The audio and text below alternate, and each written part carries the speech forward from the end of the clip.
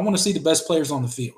Yeah. I don't care what the names are on the back of the jersey. As a Clemson fan, I think we can all speak to this. Like, I want the best player on the field, whether that be DJ, whether that be Cade, whether that be Spector or freaking Antonio Williams. I don't care.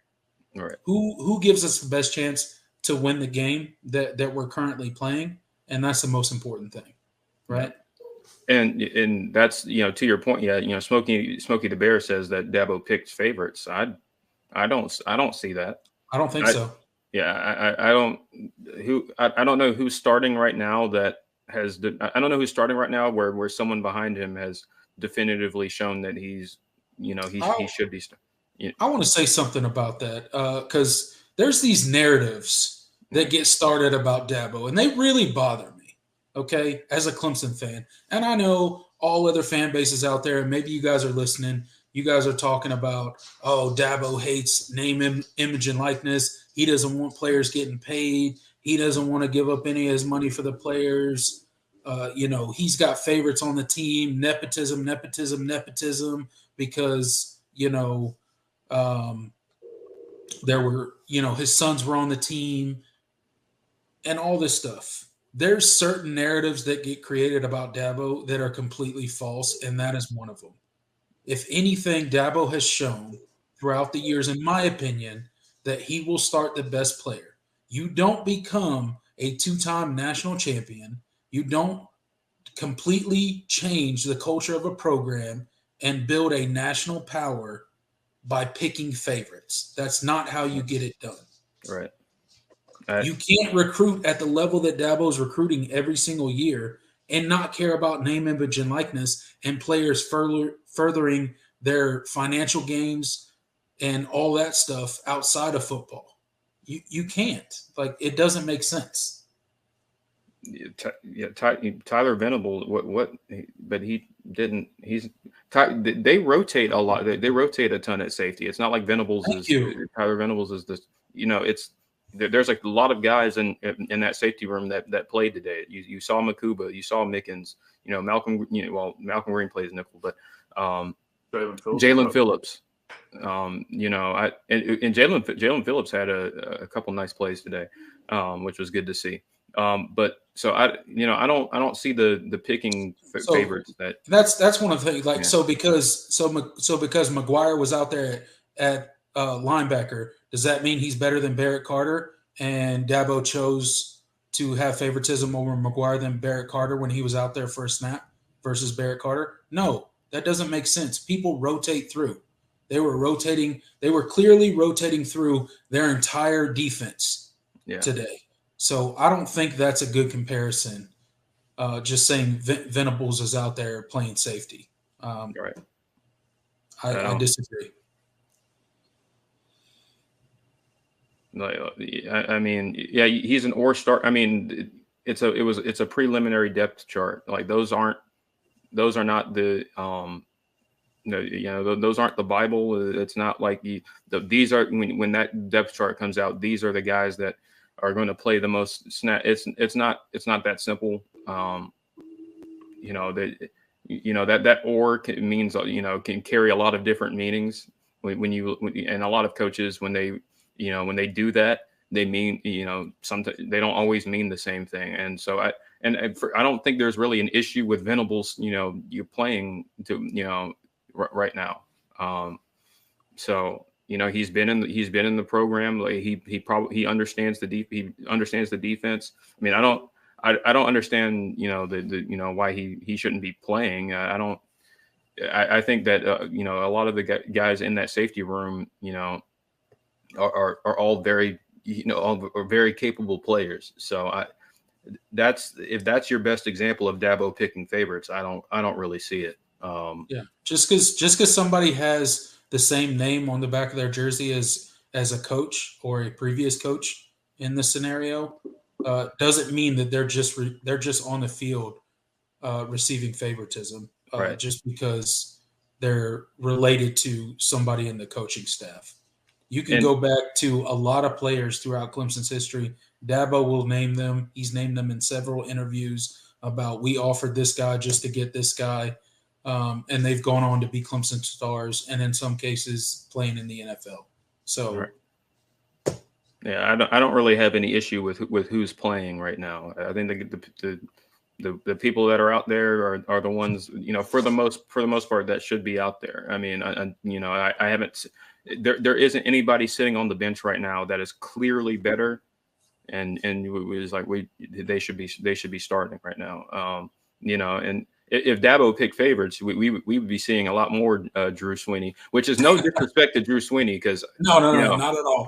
I've heard he's the best athlete in the family, and he looked good he's looked pretty decent in the couple of plays we've seen him. He caught a couple balls against Georgia Tech, right? Yeah, so, give him that.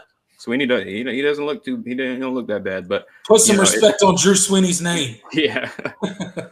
Yeah, I think a lot of those comments came from what I was talking about earlier with the rotations and the starters, and right. I just meant that in terms of getting the right people out there that play the best together.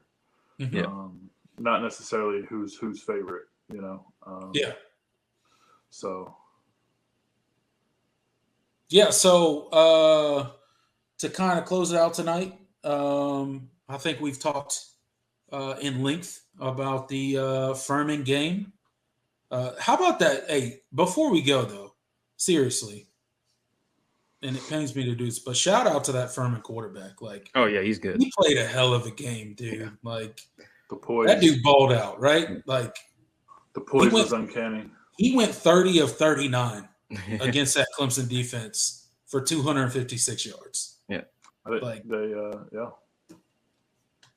And who is that running back that looked like a freaking oak tree stump out there? Yeah, he was good.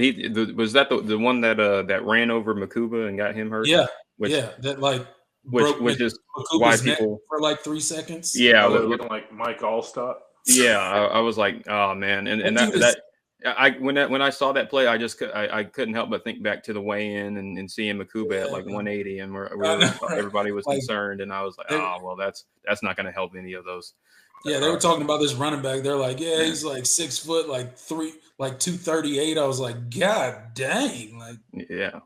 And that tight end too that they were throwing. He had 12 catches against that defense, and he was tough to stop. I don't know why we put Keith on that 1 third down where he did McGuire. McGuire was on him on that out route, and then he just got burned. I was like, I saw it before the ball even came. I was like, oh man, he's going right to him. Yeah, he's good. Yeah, he's good. And part of it goes back to kind of what the comment section was talking about, and Smitty was talking about, is early on in the second quarter, I was looking around at the defense, and Furman's moving the ball, consistently moving the ball. And I'm like, what the hell is going on? And then I'm looking around and I'm like, why are these people on the field right now? What are we doing? But I think they were just trying to get people reps. It was Furman. They're trying to build depth. Not only I don't think the coaching staff was necessarily focused on, not that they weren't trying to win the game. Obviously, they're trying to win the game. And they'll do all the coach speak in the post-game interviews. We respect Furman the same as we respect Alabama. No, you don't, sir. That's completely false. Everybody knows that. So I think they were trying to build depth for the season, and I think maybe some of that was the reason that Furman moved the ball so well. But I was a little irritated about how well Furman was able to move the ball consistently, not only early but throughout the game, really. Yeah. But when you look at it in this context, you got to remember next year, a lot of the guys in that starting rotation are going to be gone, especially in that front seven. So, I think this coaching staff is, when they get the opportunity, they're going to want, this is just going to be the case where you're going to see a lot of, rotate. We're going to get deep into the rotation because, we're losing, a lot of guys off that defensive line. Trenton Simpson's not going to be here next year. Couple of pieces.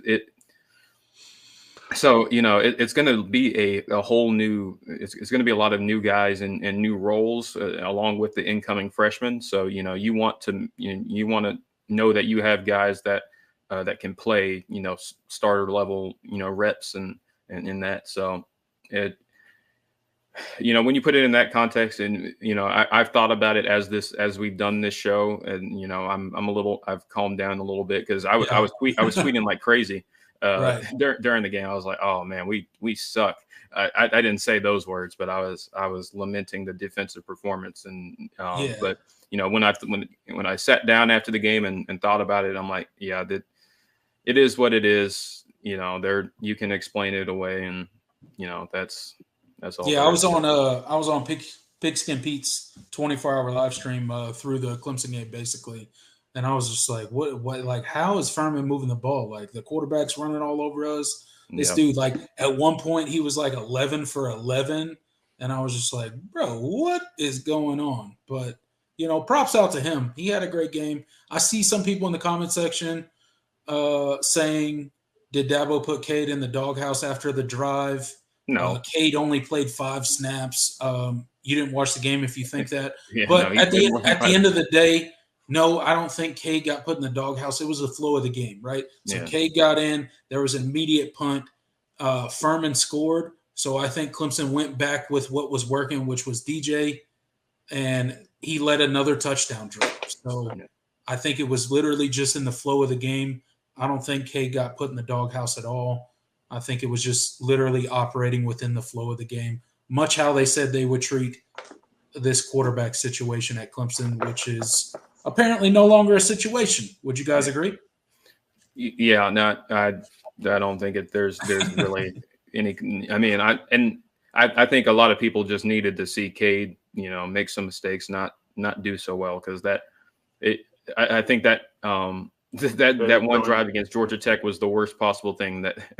That's the worst thing that could have happened. After that first half that DJ had against Georgia Tech, the worst thing that could have happened was Cade to get one drive and literally go 4 for 6 and look like the best quarterback on Clemson's team. Yeah. But I agree. DJ is the guy, and he showed today why the coaching staff is sticking with him. So. I'm very happy with his performance today. That he had the most undeserved interception today ever. Spector completely stopped, and there was no effort to rally. I mean, you could argue the ball was. I don't know the exact play. I don't know if Spector was supposed to keep going or if he was supposed to stop. But there was clearly a miscommunication. But yeah, it sucks for DJ to have that INT on the stat line, but that one wasn't really. It was very much. That play very much looked like he stopped because he was about to get hit. Yeah. Yeah. And I think Cade, he kind of escaped the pocket when there wasn't really a reason to escape the pocket a few times. Yeah. On his couple drives, if I remember back correctly, but yeah. Overall, guys, another Clemson win in the books. 2-0. Albeit against Furman. Who cares? It's another Tiger win. We are 2-0. We are well on our way to another epic Clemson Tiger season.